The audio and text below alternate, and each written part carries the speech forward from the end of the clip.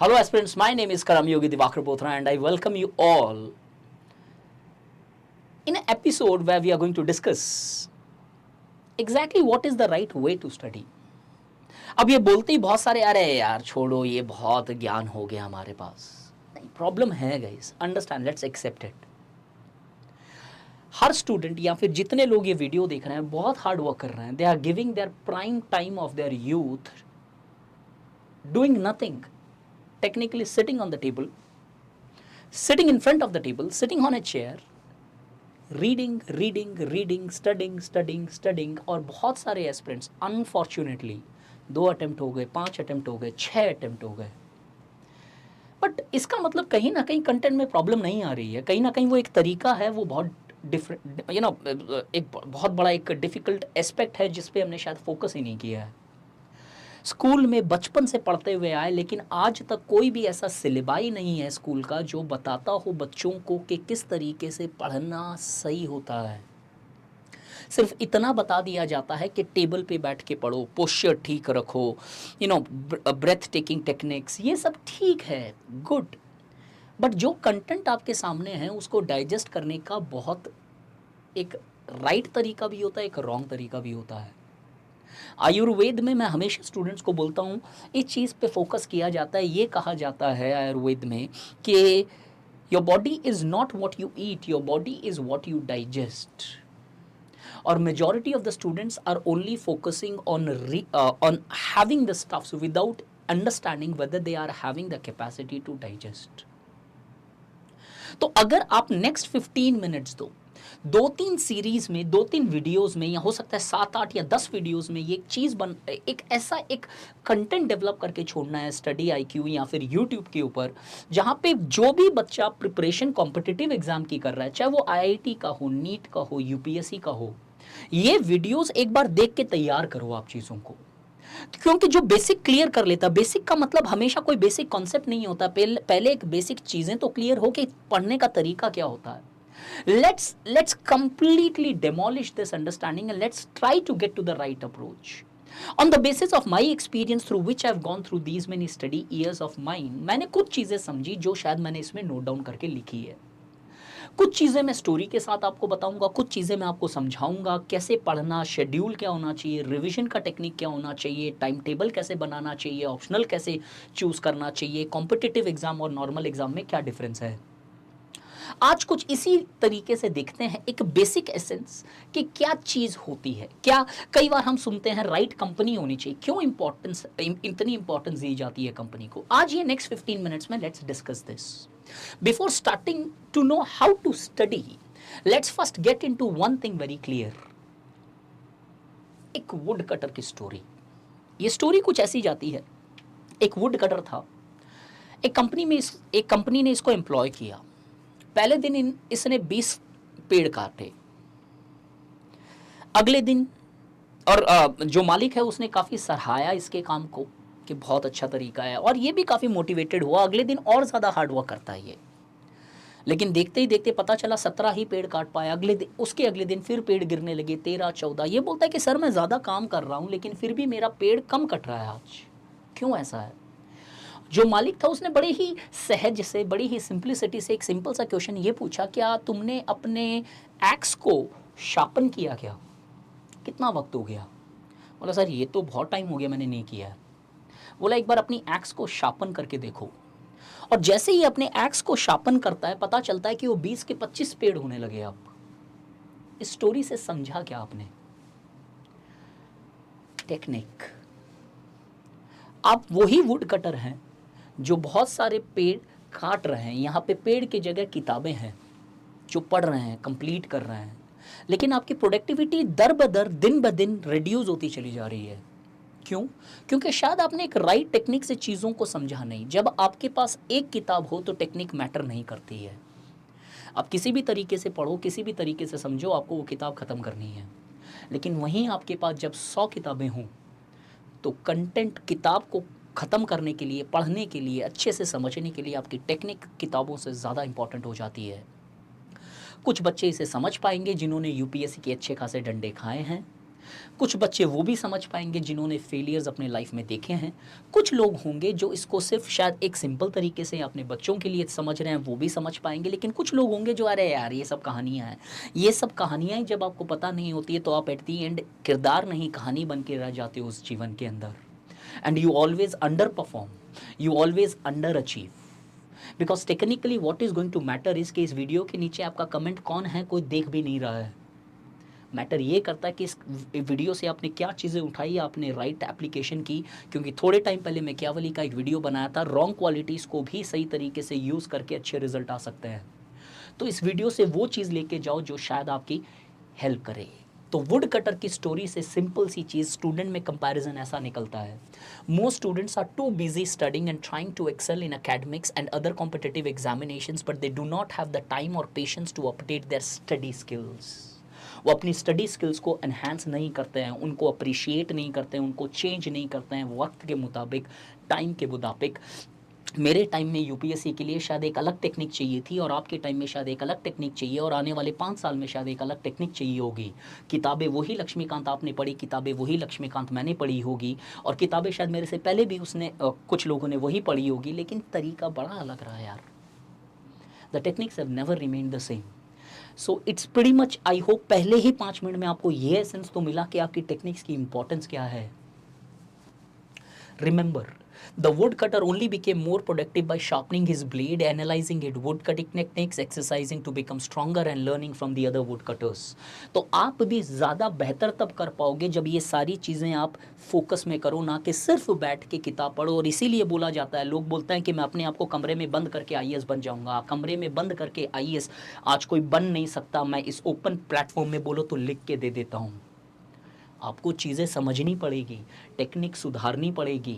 अरे MS धोनी जैसे greatest of the greatest batsman भी हेलीकॉप्टर शॉट जो मूवी में दिखाया, सत्य मुझे नहीं पता है, एक दूसरे पर्सन से सीखते हैं चाय समोसे के लिए। और आप रूम में बैठ के किस तरीके से वो टेक्निक समझ लोगे, अपने आप से क्वेश्चन करना मेरे को बताने की कोई ज़रूरत नहीं है यहाँ पे। सोशलॉजी का बैच हमारा सितंबर का स्टार्ट हो रहा है। Before starting this essence of the session, just a small information, if you are interested to join this, because the person who can teach you the right technique of study, imagine the level of content which he can definitely teach you. I am not self boosting here, but yes, this is the hard work which I have been in this field from past 14 years, which makes me say this. So if you are interested, you can join this batch and really feel the difference in your preparation as far as sociology and beyond that, because technique, socio, pol science, anthro सब में एक है, लेकिन sociology is the queen of all disciplines. You will realise it when you study it. Success in study depends not only in the ability and hard work but also on the effective method of study. क्यों method important है? To convert this potential to performance. Method से आप वो potential से performance की तरफ बढ़ सकते हो या कन्वर्ट कर सकते हो। बहुत लोग थोड़ा सा पढ़ के भी बहुत अच्छा सा काम कर लेते हैं। कई लोग आप बोलते हैं न्यूज़पेपर पढ़ा नहीं, मैंने मैगजीन पढ़ी, तो आप याद रखो उनकी टेक्निक आपको आती है क्या? अगर उनकी टेक्निक आपको आती है तो शायद वो मैगजीन से आप भी क्वालिफाई कर लोगे। लेकिन अगर आप सिर्फ उस कंटेंट पे चले जा रहे हो, आप सिर्फ कंटेंट उनका मान ले रहे हो और टेक्निक आपके पास राइट नहीं है, तो आप क्या ही निकाल लोगे उस मैगजीन से? शायद आपको न्यूज़पेपर पढ़ने की ज़रूरत है। तो टेक्निक पे फोकस करना है गाइस। आज से 10 दिन करके देखो, you will have a super result. And if you really feel the change in your preparations after these sessions, do put a comment there. कभी कुछ अप्रिशिएटिंग कमेंट भी डालो। सोशल मीडिया के अंदर नेगेटिव कमेंट्स बहुत है। अपनी आपकी लाइफ में कोई अगर डिफरेंस कर रहा है तो डू मेंशन दैट। आप recognize, have some gratitude in life first. So if you feel there is a difference, then do right, and if you feel that that's the point, do mention that as well. That's okay. Harder you work, luckier you get. Henry Ford ने बोला था, ये पहले बोल रहा हूँ ताकि आगे जो आपको पता चले कि हार्ड वर्क है इन सारी चीज़ों में, लेकिन कहीं ना कहीं रिजल्ट भी उसी लेवल पे आते हैं आपके। अब एक कॉम्पिटिटिव एग्जामिनेशन और उसके कुछ मिथ्स और रियलिटीज़ देखते हैं। बहुत बार एक स्टूडेंट जब स्टार्ट करता है, या फिर अगर जो स्टूडेंट स्टार्ट भी कर चुका होता है, तो कॉम्पिटिटिव एग्जामिनेशन का नेचर क्या होता है। मैंने जस्ट एक कंपैरिजन के लिए कंपेयर किया है इसको बोर्ड एग्जामिनेशन से। अब ये बोर्ड एग्जामिनेशन कोई भी आपका ग्रेजुएट, पोस्ट ग्रेजुएट या मास्टर्स मान के चल सकते हो। कॉम्पिटिटिव एग्जामिनेशन में क्वेश्चन डिफिकल्ट नहीं होते हैं, क्वेश्चन सिर्फ डिफरेंट होते हैं चीज़ों में। अब ये कंपैरिजन देखते हैं। बोर्ड एग्जाम अगर आप जाओ, आपके ग्रेजुएशन या कोई और एग्जाम्स में अगर आप देखो, तो कहीं ना कहीं वो सिर्फ एज इट इज कंटेंट आपसे मांगते हैं, लेकिन कॉम्पिटिटिव एग्जामिनेशन में application of that content and concept is more stressed. Second, board या स्कूल एग्जाम या ग्रेजुएशन एग्जाम में आपको अपने ही साथियों को कहीं ना कहीं आउटशाइन करना है, लेकिन यहाँ पे क्राउड बहुत बड़ी है, जहाँ पे आपकी कंपटीशन बहुत लोगों से है, उनको डिफीट करके शायद वो टॉप 70, टॉप 60, टॉप 700 के अंदर पहुँच सकते हो वो होली पीडीएफ में। बोर्ड एग्जाम के अंदर एब्सोल्यूट मार्क्स को इंपॉर्टेंस दी जाती है और कॉम्पिटिटिव एग्जाम में रिलेटिव, इसीलिए वर्ड कॉम्पिटिटिव यूज किया जाता है कि आपका अगर 99.4 भी आया है और कट ऑफ 99.5 जा रहा है तो भी आपका सिलेक्शन नहीं होता है। तो रिलेटिव मार्क्स को ज़्यादा इंपॉर्टेंस दी जाती है। और अब जब मार्क्स इतने रिलेटिव है तो आप अपने मार्क्स को इतनी इंपॉर्टेंस क्यों दे देते हो? आप पास वाले का भी तो पेपर देखो, एक टेस्ट सीरीज जब होती है तो देखो कि एवरेज स्कोर क्या निकल रहा है और आप एवरेज को कट ऑफ कर रहे हो तो you should be happy with this. Frustration ये नहीं होनी यार सर 40 ही आया मेरा, लेकिन अगर एवरेज ही 30 जा रही है तो 40 तो बहुत अच्छा स्कोर है आपका। Develop that perspective first. Board exams are design to filter below average students, passing marks वाले कॉन्सेप्ट देखे जाते हैं, लेकिन यहाँ पे एक्सीलेंस के ऊपर स्ट्रेस होता है कॉम्पिटिटिव में, क्योंकि वो निश स्टूडेंट 0.1 या 0.2% वाले स्टूडेंट्स को सेलेक्ट करते हैं, तो कहीं ना कहीं एक बड़ा ही एक अलग डिफरेंट लेवल पे इसकी इवैल्यूएशन होगी in comparison to the normal examinations. Board examination जो होता है वो एक रॉ माइंड को टेस्ट करता है, लेकिन वहीं पे कॉम्पिटिटिव एग्जामिनेशन एक राइपन माइंड, एक मैच्योर्ड माइंड को टेस्ट करता है।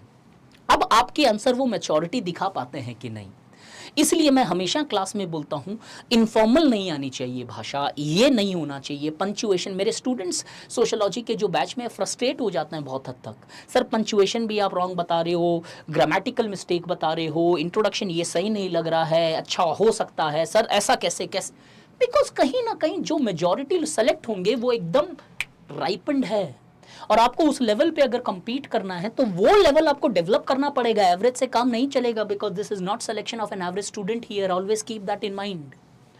Competitive examination have an element of surprise. Board में कोई सरप्राइज नहीं है, सिलेबस से क्वेश्चन आते हैं, चीजें होती है तो 10 दिन पढ़ के हम निकाल लेते हैं, लेकिन यहाँ पे जब वो सरप्राइज एलिमेंट होता है तो आपको बहुत ब्रॉड रीडिंग रखनी पड़ती है। इसीलिए बार बार स्ट्रेस करता हूँ न्यूज़पेपर पढ़ो, थोड़ा सा आउट ऑफ सिलेबस जाके चीज़ें पढ़ो, सो दैट आपका कहीं ना कहीं नॉलेज एक्सपेंशन या डायमेंशन ज़्यादा है, and with that you will able to tackle that surprise element which is largely present. अब अगर बोर्ड एग्जाम में क्वेश्चन देखें तो बड़े सिंपल है, लेकिन वहीं पे अगर कॉम्पिटिटिव एग्जाम में क्वेश्चन देखें तो मेरे हिसाब से इसको कुछ इस तरीके से कैटेगराइज किया जा सकता है। एक होता है मेमोरी बेस्ड क्वेश्चन जो थोड़े से फैक्चुअल आते हैं, ज़्यादातर आपको प्रीलिम्स में ऐसे क्वेश्चंस दिखाई देंगे, और एक होता है एप्लीकेशन बेस्ड क्वेश्चन जहाँ पे अप्लाई करके आपको कनेक्ट करके आपको चीज़ें लिखनी है। इस एप्लीकेशन में भी 2 लेवल के एप्लीकेशन है। फर्स्ट लेवल एप्लीकेशन जहाँ पे सिंगल कॉन्सेप्ट का एप्लीकेशन है, सेकेंड लेवल एप्लीकेशन जहाँ पे मल्टीपल कॉन्सेप्ट्स का एप्लीकेशन दिखाई देता है। ये वाला ज़्यादातर ट्रू होता है आपके ऑप्शनल सब्जेक्ट्स पे और ये वाला ज़्यादातर एप्लीकेबल होता है आपके जीएस सब्जेक्ट्स के अंदर। So this is a very important difference between your GS paper and your optional paper which you should always keep that in mind. और जब कॉन्सेप्ट्स 2 लेवल की एप्लीकेशंस करनी पड़े तो थोड़ा सा कहीं ना कहीं आपके अंदर मैच्योरिटी ज़्यादा होनी चाहिए, एप्लीकेशन स्किल्स ज़्यादा होनी चाहिए। What students therefore should practice। अब ऐसे नेचर्स ऑफ क्वेश्चंस होने के कारण, ऐसे कैरेक्टरिस्टिक्स होने के कारण कॉम्पिटिटिव एग्जाम के क्या प्रैक्टिस करनी चाहिए आपको, क्या तरीका होना चाहिए आपका। First should learn how to catch the catch. जो हिडन एस्पेक्ट्स है क्वेश्चंस की उसको समझना, इसको बहुत अच्छे से विस्तार से बताऊंगा आगे आने वाली स्लाइड्स में। Each question would have an element of surprise in them. अब वो जब एलिमेंट ऑफ सरप्राइज उसके अंदर है तो कहीं ना कहीं आपको ये चीज़ ध्यान में रखनी चाहिए कि आप अगर जितने ज़्यादा ये टैक्टिकल क्वेश्चन कर चुके होते हो तो सरप्राइज आप होते नहीं हो, यूपीएससी हो जाता है कि you have written such a beautiful answer. लेकिन अगर आपका स्पेयर ऑफ नॉलेज ज़्यादा ब्रॉड नहीं है, कंटेंट ज़्यादा ब्रॉडली नहीं पढ़ा है, तो आपका शायद वो सरप्राइज एलिमेंट आपको हिट करने लगेगा यूपीएससी में कि यार ऐसा तो मैंने कभी देखा ही नहीं था, शायद इस तरीके से पढ़ा नहीं, मैंने तो इसको जनरली पढ़ लिया था कि मौर्यास का ये है, लेकिन इसको कभी मौर्यास से गुप्तास के साथ कनेक्ट करके नहीं देखा या एस्पेक्ट नहीं देखा। तो थोड़ा सा कनेक्शंस करके देखनी है चीज़ों को, फिर उसको और डिटेल में डिस्कस करेंगे। Questions in most of the competitive examinations are new. Repetitions बड़ा रेयर होता है, स्पेसिफिकली जीएस के अंदर, ऑप्शनल में शायद ये लागू नहीं होगा।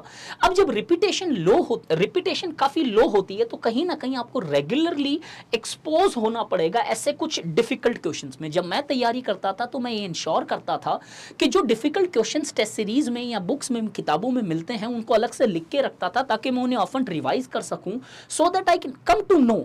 आप लोग जब टेस्ट सीरीज देते हो, एमसीक्यू सॉल्व करते हो, मल्टीपल चॉइस क्वेश्चंस, तो आप ये नहीं आने वाले क्वेश्चन सीधा सीधा छोड़ देते हो और उसकी एक्सप्लेनेशन नहीं देखते हो, तो और आपका नॉलेज सरप्राइज आप हो जाते हो, यूपीएससी नहीं होता है एग्जाम में, because you never try to learn the content from test series, you only try to evaluate yourself from the test series, and that is one of the approach जो आपको सीधा सीधा खाई में नहीं, समंदर के अंदर गिराने वाला है आगे जाके।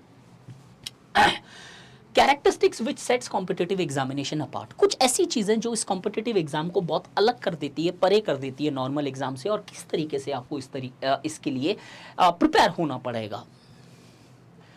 टाइम प्रेशर, बोर्ड एग्जाम्स या नॉर्मल एग्जाम्स में ये टाइम प्रेशर नहीं होता है। कॉम्पिटिटिव एग्जाम में कई बार आपके पास सिचुएशंस ऐसी होगी कि क्वेश्चंस आते हैं, क्वेश्चन सॉल्व भी कर पा रहे हो, लेकिन सर मैं कर नहीं पाया, बिकॉज शायद आपने टाइम ठीक से मैनेज नहीं किया वहां पे।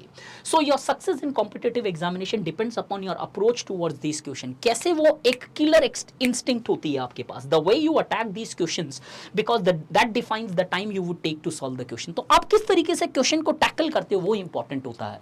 आपने अगर मेरी सोशियोलॉजी की कुछ सेशंस अटेंड किए तो मैं हर क्वेश्चन को पहले ब्रेक करता हूं और उसके बाद में आंसर लिखता हूं, ताकि मेरा जो अटैक है क्वेश्चन में सिर्फ उतना ही कंटेंट रहता है जो क्वेश्चन की डिमांड है, आसपास वाली चीजें मेंशन नहीं करता हूं, तो मैं टाइम भी बचा पाता हूं और क्वेश्चंस भी ज्यादा क्वालिटेटिवली बेहतर हो पाता है। Most of the questions can be solved by 2 और 3 मेथड्स, बट इसके अंदर भी आप देखो एक बहुत सॉलिड सा तरीका है, एक मेथड है जो शॉर्टेस्ट पॉसिबल टाइम में कर सकता है, लेकिन उस शॉर्टेस्ट पॉसिबल टाइम तक पहुंचने के लिए there is a long process. अब शॉर्टेस्ट मेथड पे मैं अगर बोलूं कि इस तरीके से कर लो, नहीं पहुंच पाओगे। Continuous raw strong raw preparation करनी पड़ेगी, प्रैक्टिस करनी पड़ेगी, तब जाके वो शॉर्टेस्ट क्वेश्चन तक पहुंच पाओ, शॉर्टेस्ट मेथड तक पहुंच पाओगे। बट अनफॉर्चुनेटली क्या हो रहा है इधर, स्टूडेंट जो है shortens the process not the method. Student क्या करता है, प्रोसेस को बाईपास करने लगता है। एक एग्जांपल देता हूं, जब कोई एक नई किताब स्टार्ट करते हो उसके फुटनोट्स आप नहीं पढ़ते हो, उसका इनिशियल इंट्रोडक्टरी चैप्टर्स आप नहीं पढ़ते हो, सीधा चैप्टर 1 से स्टार्ट करना है। क्यों? आपको कंप्लीट करनी है वो किताब, आपने इंट्रोडक्शन नहीं पढ़ा। सोशियोलॉजी के अंदर नागला साहब की एक किताब है सोशियोलॉजी, इंडियन सोशियोलॉजिकल थॉट के ऊपर, उसकी इंट्रोडक्शन से पिछले साल क्वेश्चन आ गया, लेकिन आपने पहला थिंकर राधा कमल मुखर्जी से स्टार्ट किया होगा पढ़ना, जीएस गुरे से स्टार्ट किया होगा, या कोई थिंकर या चैप्टर से स्टार्ट किया। अब ये क्या होता है, this is called shortcut methods. एक लॉन्ग प्रोसेस को शॉर्ट करने के लिए प्रोसेस को समझना इंपॉर्टेंट हो जाता है, प्रोसेस को शॉर्ट नहीं किया जा सकता है। एक ऑटोमोबाइल इंडस्ट्री के अंदर एक प्रोसेस होता है, उस प्रोसेस को शॉर्ट करने का मतलब एक प्रोसेस का पार्ट हटा देना नहीं होता, इस प्रोसेस को फास्ट कैसे किया जा सकता है। वैसे ही आपके आंसर राइटिंग के अंदर बेहतर आंसर तब आ पाएगा जब आपकी एनालिटिकल स्किल डेवलप हो पाएगी। एनालिटिकल स्किल कैसे डेवलप हो पाती है, पहले आंसर पढ़ो, उसको ब्रेक करो, उसका कंटेंट ब्रेनस्टॉर्म करो and then write the answer. Yes, आज आपको 8 की जगह 20 मिनट लगेंगे, लेकिन यही तरीका है प्रोसेस को शॉर्ट करने का। वहां जाके ब्रेनस्टॉर्म नहीं कर सकते हैं हम, बिकॉज 180 मिनट के अंदर ब्रेनस्टॉर्मिंग का कोई स्कोप नहीं बचता है। Please follow, shorten the method not the process. आप प्रोसेस को शॉर्ट करते ही लॉन्ग मेथड पे एंड कर रहे हो, and that is something which you should be very much clear of in the initial day of your preparations itself. How should you approach competitive examinations. अब बात आती है कि कैसे अप्रोच करें। बैकग्राउंड में हमने समझा क्या इश्यूज है, क्या रिक्वायरमेंट्स है।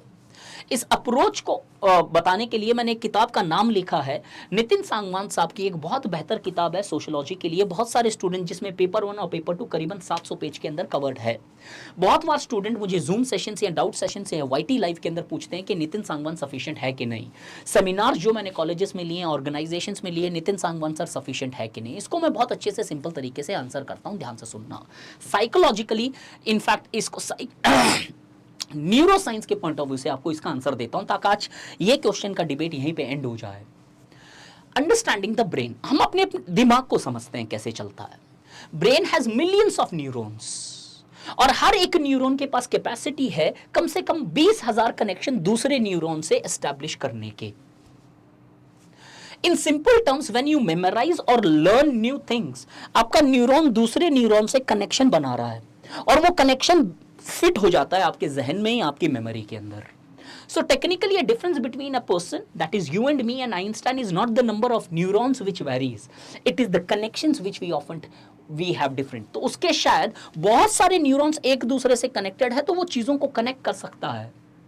और अगर एक लेमैन आदमी दो, तो शायद वो कनेक्शंस उस न्यूरॉन्स के इतने स्ट्रांग नहीं है, और उसके कारण शायद उनका रिप्रोड्यूसिंग स्किल्स, नॉलेज, आईक्यू कम रह जाता है in comparison to to a people like Einsteins. तो दिमाग के अंदर सबके पास सेम है, पोटेंशियल जो है वो डिपेंड करती है कनेक्शंस बनाने में। अब एक सिंपल तरीके से देखें तो नितिन सांगवान जो 700 पेज के अंदर पूरा सोशियोलॉजी कवर कर रही है, अगर ऐसा पुल मुनासिब होता तो कंटेंट वो आपको सब दे रही है, उस कंटेंट के अंदर कनेक्शंस कैसे बनाने, उसके लिए आपको एक मेंटर चाहिए, आपको एक एस्पिरेशन चाहिए, किस तरीके से टैकल करना है। वो पीयर ग्रुप से मिले, मॉम डैड से मिले, टीचर से मिले या कोचिंग से मिले।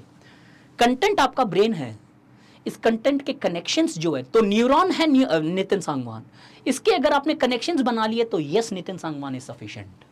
लेकिन इन टॉपिक्स को कनेक्ट नहीं कर पाए तो नितिन सांगवान क्या इग्नो भी सफिशिएंट नहीं है।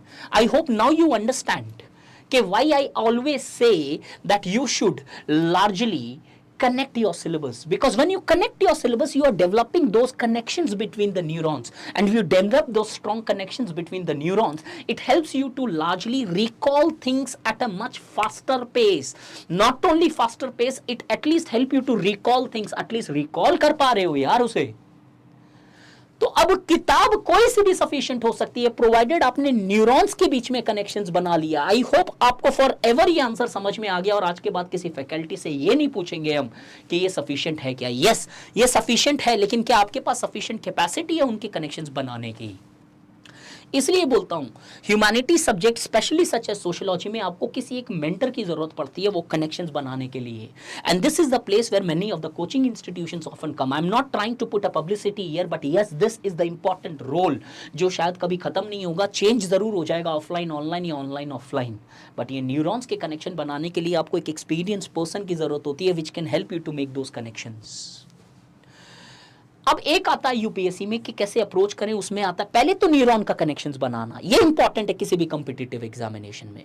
सेकंड है राइट कंपनी। इस राइट कंपनी के लिए आपको एक स्टोरी बताता हूं। एक बार एक मॉन्क, बुद्धिस्ट मॉन्क को एक आदमी पूछता है क्या इंपॉर्टेंट है, गोल इंपॉर्टेंट है या जर्नी इंपॉर्टेंट, और monk simply with a smile replied it is the company which is the most important.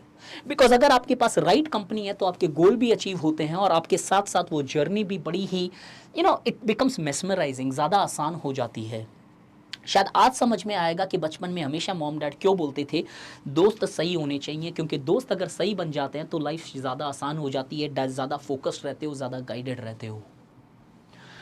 अब इसके लिए एक और स्टोरी है, एक शीप या फिर शीप ईगल की, जहां पे एक ईगल थी जो कहीं ना कहीं थोड़े से कंडीशंस ऐसे थे कि एक शेपर्ड ने उसको पाला पोसा और धीरे धीरे वो उनकी जो शीप्स थी उसको फॉलो करती गई ईगल, और उसी के रह जाती। और उस शेपर्ड ने ये चीज नोट की कि ईगल हमेशा लास्ट आती थी, जबकि बहुत फास्ट उड़ सकती है, शीप्स को तो एक झटके में बीट कर देगी। तो इसने जब एक सवाल पूछा किसी एक ज्ञानी से, तो उसने फिर एक दिन जाके जो ईगल है उसको टॉप ऑफ द हिल से छोड़ दिया और वो उड़ने लगी। इसका मतलब क्या है, कई बार आपके लाइफ में फ्रस्ट्रेशंस आती है कि आपकी जो फॉलोइंग है, आपकी जो ग्रुप है वो शायद अंडर परफॉर्म कर रही है और उसके चलते तुम भी अंडर परफॉर्म कर रहे हो। अगर if you are facing such problem, rather than changing the book, rather than changing the organizations, rather than changing any other spheres, first look into your surroundings कि आपके आसपास वाले लोग कहीं आपकी पोटेंशियल तो कम नहीं कर दे रहे हैं। और अगर ये पॉसिबिलिटी है तो आगे जाके कॉम्पिटिटिव एग्जामिनेशन में आपकी वो जर्नी भी डिफिकल्ट हो जाएगी और वो गोल भी डिफिकल्ट हो जाएगा। So what I really want you to understand is this कि कई बार प्रॉब्लम आप में नहीं है, आपकी पोटेंशियल्स बहुत ज्यादा हो सकती है, but you may be in the wrong company. So make sure in the process you end up considering yourself as an underachiever, but you fail to realise that fault lies not in your capability potential but in your study technique. आपका तरीका शायद सही नहीं है, आपकी company शायद सही नहीं है, आपकी शायद ऑर्गेनाइजेशंस या इंस्टीट्यूशंस। मेरे पास सोशियोलॉजी के कई ऐसे बच्चे आए जो बहुत famous of the famous organisations से निकले और उन्होंने बोला कि सर मेरे को तो फियर आ गई सोशियोलॉजी में इनसे पढ़ने के बाद में। एक स्टूडेंट था जिसने सोशियोलॉजी को छोड़ने का सोचा, मोस्ट प्रेस्टिजियस ऑर्गेनाइजेशन जहां पे मैंने भी पढ़ाया था कुछ पार्ट, उधर से आया और वो बोला कि सर मैं आपको ढूंढ रहा था कि सर मैं फिजिक्स लेने का सोच रहा हूं सोशियो छोड़ के। And when I started then he joined the batch and today he is selected officer today. Problem आती है कई बार आपकी टेक्निक में, प्रॉब्लम आती है आपकी कंपनी में, सही कर लो, प्रिपरेशन बहुत सेट हो जाएगी। आज तक आप सबसे पहला क्वेश्चन जब यूपीएससी तैयार करते हो किताबों की लिस्ट दे दो। आज से पहले ये बेसिक्स पे फोकस करना, अगर रेडी है तो तैयारी स्टार्ट करो। और ये अगर आप तैयारी स्टार्ट कर चुके हो तो इनके ऊपर थोड़ा सा सुधार करो, आपकी प्रिपरेशन में एम्पली डिफरेंट लेवल का एक चेंज दिखाई देगा. What you have learned today. Understand the syllabus and learn things by knowing its application. Neurons enhance करना है connections. Right technique is more important than the right content.